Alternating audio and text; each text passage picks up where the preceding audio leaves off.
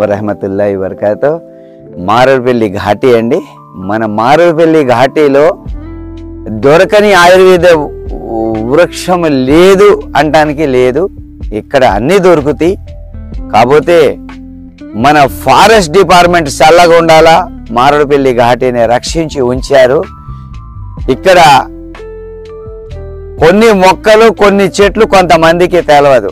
ఇక్కడ రెడ్ ఎక్కువగా ఈ చెట్టు ఆకులలో వాళ్ళు మాంసము ఇది అది కలుపుకొని కాల్చి తింటారు. అలాగే దీంట్లో అన్నం కూడా తింటారు అడవిలో. నేను ఒకసారి వచ్చినప్పుడు సార్ భోజనం దీంతో చేద్దాము అంటే నేను అప్పుడు ఈ చెట్టు అని ఇది దైమాన్ అని చెబుతారు. ఆ రోజు బ్రిటిష్ కాలంలో వాళ్ళని ఇబ్బందులు పెడుతుంటే రాయటానికి లెటర్ రాయటానికి ఏమి లేక పుల్లతో ఈ ఆకు మీద రాసి పంపించేటోళ్ళు. రాసి ఇది ఎండిపోయిన తర్వాత పెన్తో రాసినట్టు కనపడుతుంది ఈ ఆకు.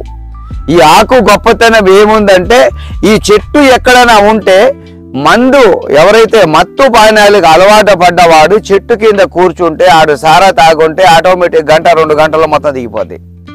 తాగిన నిశాన్ని దింపడానికి ఒక గొప్ప అద్భుతమైన ఆయుర్వేదిక మొక్క ఇది. ఈ మొక్కలు ఈ ఘాటీలో చాలా ఉన్నాయి. దీని కింద పాలని తీసుకెళ్లి పెట్టేసిన చెట్టు కింద ఒక గంటలో పెరుగ్గా మారిపోతుంది. ఈ చెట్టు అంత గొప్ప చెట్టు. ఎలాంటి నిశా చేసినోడు ఈ చెట్టులో మర్చిపోయి కింద డొరిగి పడిపోయినా ఒక గంటలో ఆడు నిశా తగ్గిపోద్ది. ఆడు మళ్ళీ మామూలు వ్యక్తి కింద నేను తాగినంత ఏటి వెళ్ళిపోయింది నడిచి వెళ్ళిపోతాడు. ఈ చెట్టుని దైమాన్ అంటారు. మరి తెలుగులో ఏమంటారో తెలియదు, హిందీలో దైమాన్ అంటారు. ఇది చాలా గొప్ప మొక్క ఇది.